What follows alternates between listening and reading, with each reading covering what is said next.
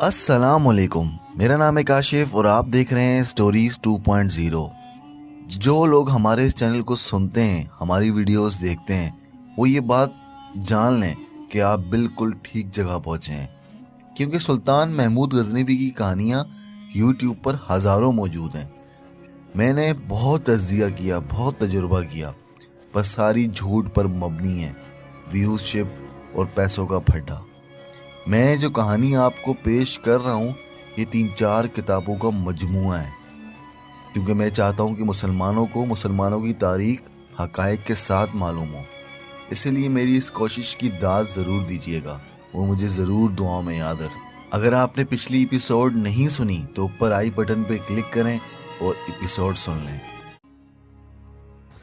चौथी रात का पहला पहर था जब पंडित राधा किशन उस कमरे में आया। कमरे में 2 दिए जल रहे थे। समर्ति कमरे में टहल रही थी। उसने समर्ति को रक्स के लिबास में देखा तो जो रस्क बर्क था। इसमें उसके कंधे, गर्दन, सीने और पीठ के बलाई हिस्से नजर आ रहे थे। उसके चेहरे पर मसनूई रंगत और आंखों में काजल था। उसके बालों का सिंगार भी कुछ और था और इस हुलिये में बेहयाई थी, मगर अब पंडित उसे सफ़ेद साड़ी में कुदरती रंग में देख रहा था। उसका चेहरा और कहनियों तक बाजू नंगे थे। उसके चेहरे पर मसनूई रंग और काजल धुल गई थी।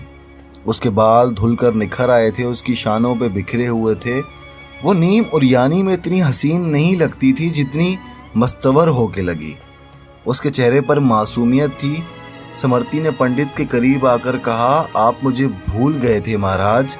कहते हैं जानवर को ज़िबा करने से पहले पानी पिलाया करते हैं। आप मुझे पानी ना पिलाएं, ज़िबा करने से पहले मेरी रूह की प्यास बुझा दें, वरना मेरी रूह इस मंदिर में भटकती रहेगी, ना चैन लेगी ना आपको चैन लेने देगी।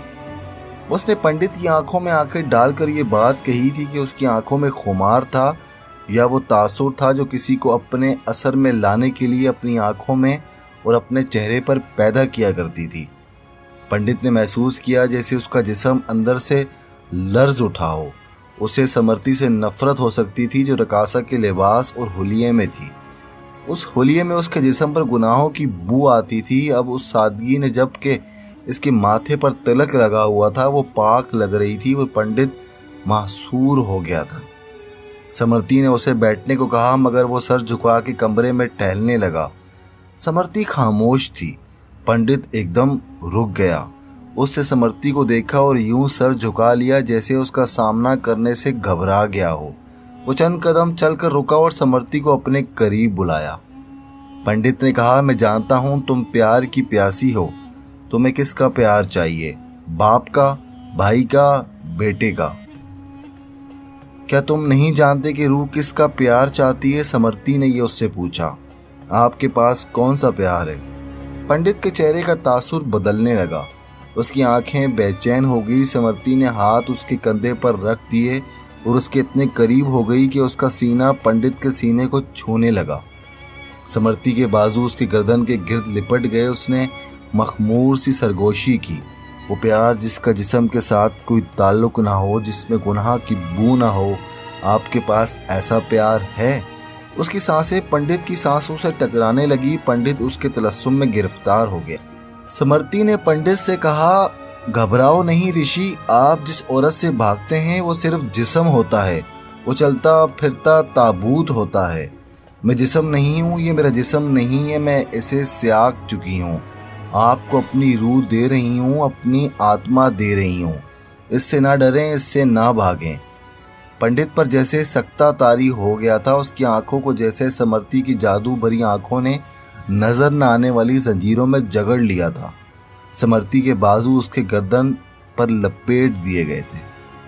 क्या आप अपने अंदर तशनगी महसूस नहीं कर रहे? पंडित ने परेशान होकर कहा, मैं जल रहा हूँ लड़की, मुझे और ना जलाओ। समर्ति ने उसकी बातों में ये तब्दीली देखी कि वो पहले अपने आप को हम कहता था, अब मैं कह रहा था। समर्ति ने कहा, मुझे ज़िबा करने से पहले इस प्यार का जायका चख लें। मेरा जिस्म ज़िबा हो जाएगा, आपकी रूह कत्ल हो जाएगी। पंडित उखड़ गया था, सोच में खो गया था। कभी समर्ति को देखता, कभी सर झुकाकर टहलने लगता। समर्ति ने पूछा, मुझे किस रोज़ कुर्बान किया जाएगा? पंडित चौंक कर रुक गया और उस तरह बोला जैसे उसकी ज़बान से अल्फाज फिसल आए हों। अभी नहीं, अभी नहीं। समर्ती ने कहा, आज नहीं तो कल।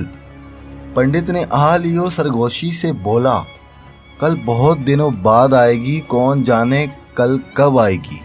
वो तेजी से घूमा और कमरे से निकल गया। समर्ती के होंठों पर मुस्कुराहट आ गई।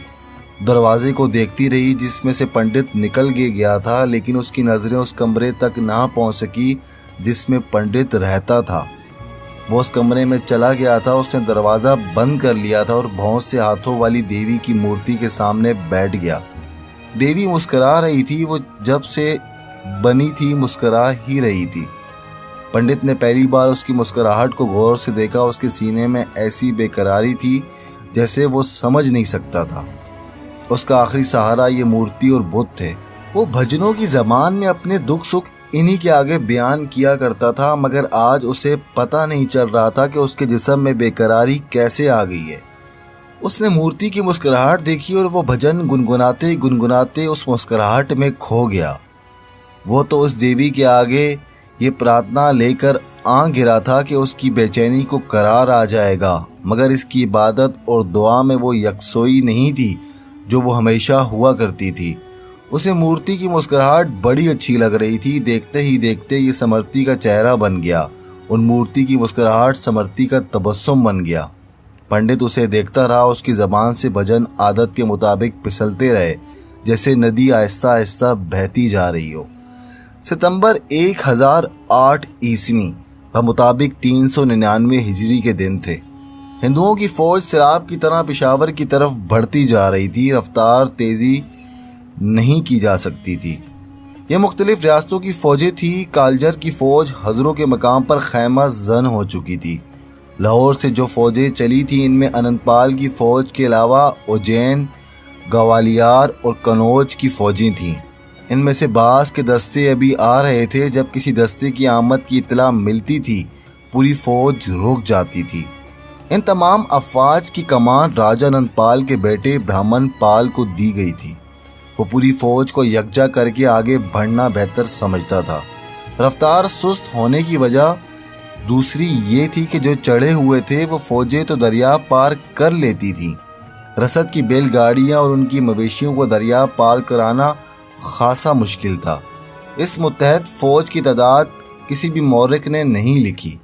इतना ही पता चलता है कि तादाद लाखों में थी। इसके मुकाबले में पेशावर में सुल्तान महमूद गजरबी के पास जो फ़ौज थी वो हज़ारों में थी। 1 लाख भी नहीं बनती थी। हिंदुओं की इतनी ज़्यादा फ़ौज को सैलाबी दरिया पार करते कई दिन लग रहे थे। छोटी बड़ी नदियाँ भी रास्ते में जो मौजूद थीं।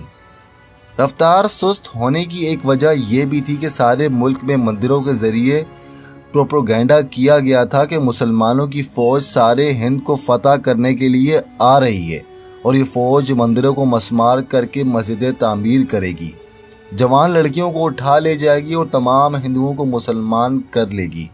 मुसलमानों के ख़िलाफ़ ऐसा खौफनाक प्रोपेगेंडा किया गया कि मुत्तहद फ़ौज के रास्ते में लोग आ जाते और फ़ौज को रोक लेते थे।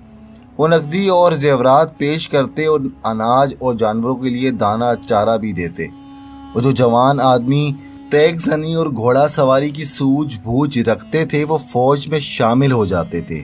हिंदुओं पर मज़हब के हवाले से इस्लाम दुश्मनी का जनून तारी कर दिया गया था। इस तरह ये फ़ौज तादाद और रसद के लिहाज से बढ़ती और फूलती जा रही थी। जैसा कि पहले कहा जा चुका है कि हिंदुस्तान ने ही महाज पर इतनी ज़्यादा फ़ौज न कभी देखी थी, न तारीख ने इसके बाद किसी भी दौर में दिखाई।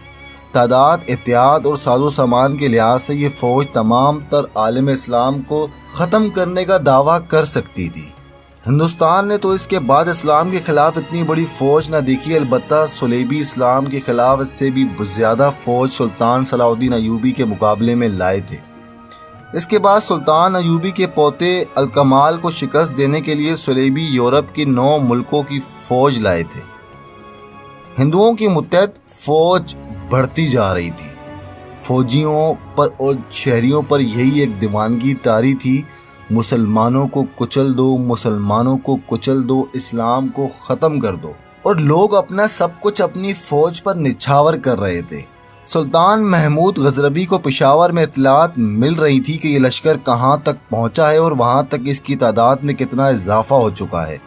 اس نے اپنے سالاروں سے کہہ دیا تھا کہ دشمن کو دریا پار نہیں کرنے دیا جائے گا اور لڑائی دریا کے پار لڑی جائے گی۔ سالاروں نے اس خطرے کا اظہار کیا تھا کہ دشمن کی تعداد چونکہ بہت زیادہ ہے، اس لیے دریا کو اپنی پیٹھ پیچھے رکھ کر نہ لڑا جائے۔ ضرورت کے مطابق پسپائی بڑی تباہ کن ثابت ہوگی۔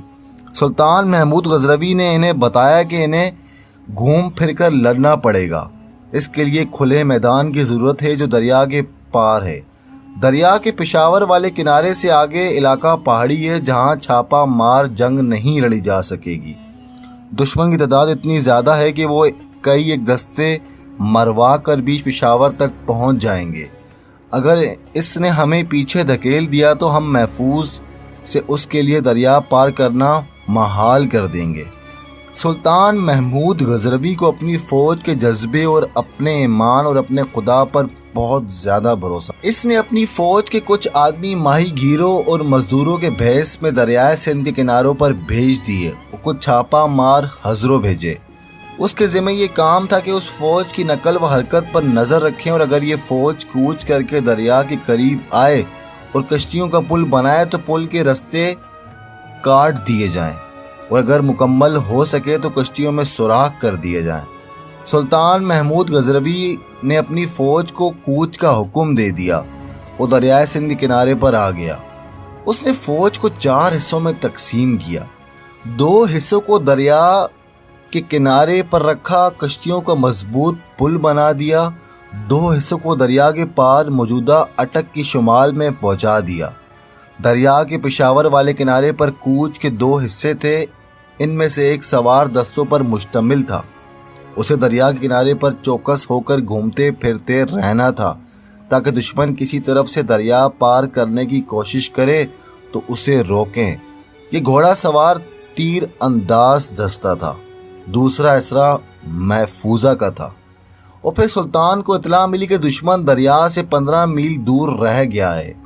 یہ اس فوج کے آخری پڑاؤ تھا۔ سلطان تھوڑا سا وقت، اور اس کی وجہ یہ نہیں تھی کہ اسے کسی طرف سے کمک کی توقع تھی۔ اس نے ملتان اور بحرے سے جو دستے منگوائے تھے وہ اس کے پاس آ گئے تھے۔ اسے مزید وقت کی ضرورت تھی۔ سردیوں کا موسم شروع ہو چکا تھا۔ سلطان محمود کی خواہش یہ تھی کہ جنگ سردی کے عروج کے وقت شروع ہو۔ اس کی فوج کے سپاہی یک ٹھنڈ میں لڑ سکتے تھے۔ اسے معلوم تھا کہ کنوج اور گوالیار وغیرہ کی فوج سردی میں نہیں لڑ سکے گی۔ مہینے سے زیادہ کا عرصہ گزر چکا تھا۔ سمرتی کا کمرہ شہزادی کا کمرہ بن چکا تھا۔ پنڈت رادھا کرشن اس کے پاس آتا اور باتیں کرتا رہتا تھا۔ اگر کوئی اسے اس کے کمرے میں دیکھتا تو یقین ہی نہ کرتا کہ یہ ان کا پنڈت رادھا کرشن ہی ہے جو سمرتی کے کمرے میں پایا جاتا ہے۔ وہ سمرتی کی عمر کا آدمی معلوم ہوتا تھا۔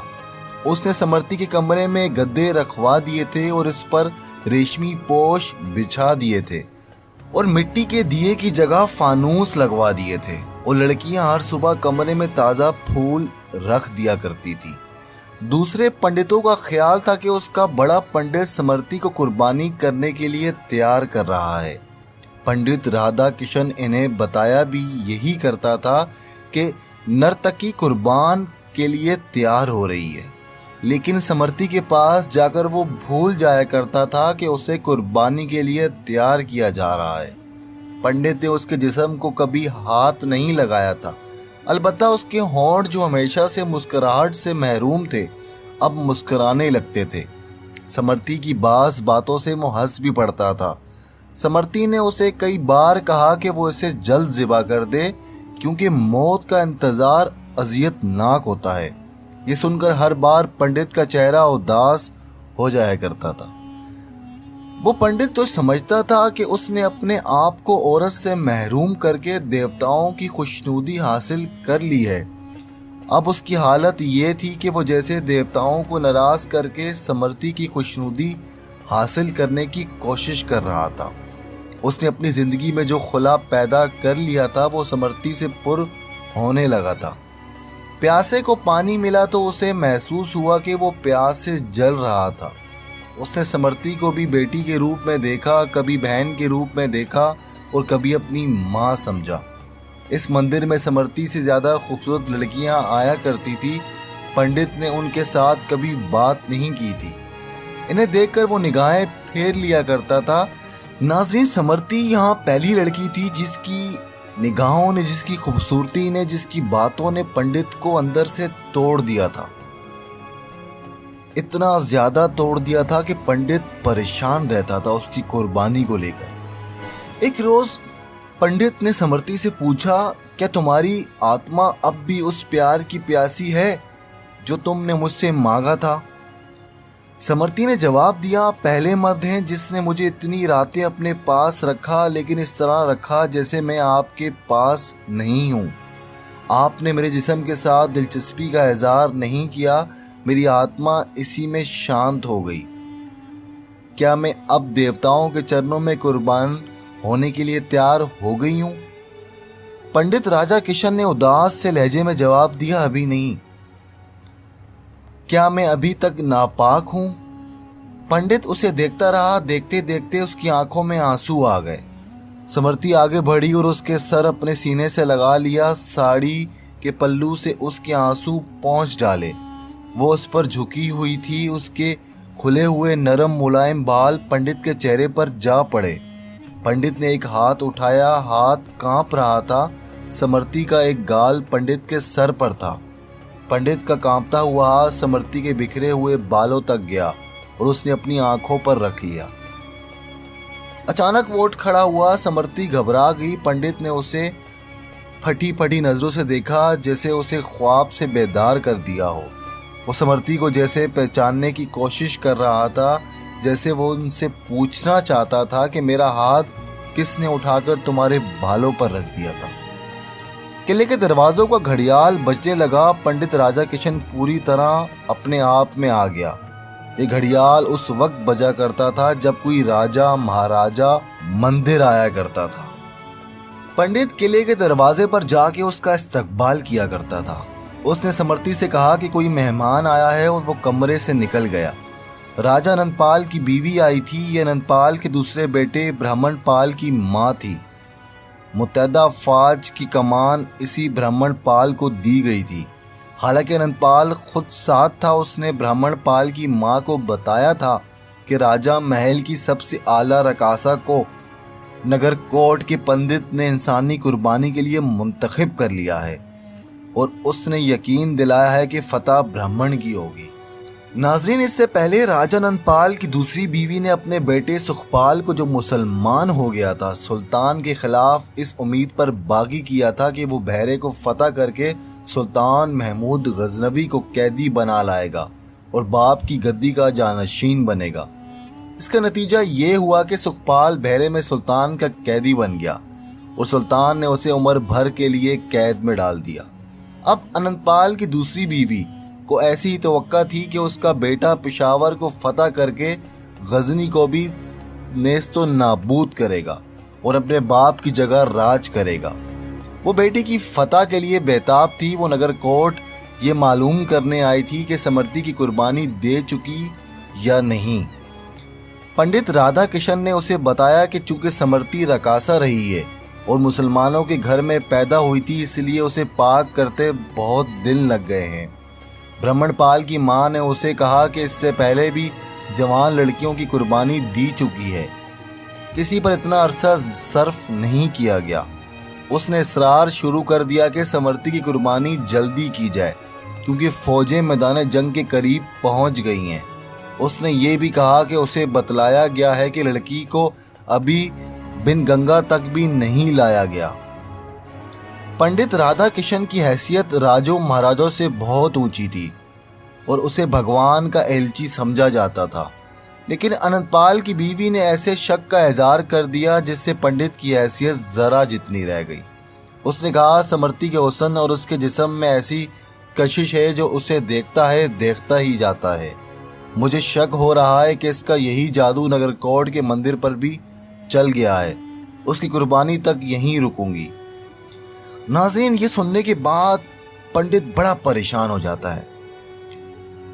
पंडित राधा किशन ने कुछ भी ना कहा। شک غلط نہیں تھا۔ اس نے کہا کہ وہ کل صبح سمرتی کو بن گنگا لے جائے گا، یہی ایک کام رہ گیا تھا جو کل ہو جائے گا اور اس سے اگلے روز سمرتی کو قربان کر دیا جائے گا۔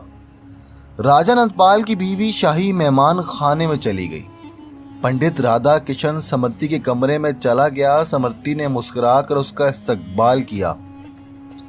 پنڈت کا چہرہ اترا ہوا تھا، وہ کافی مایوس تھا۔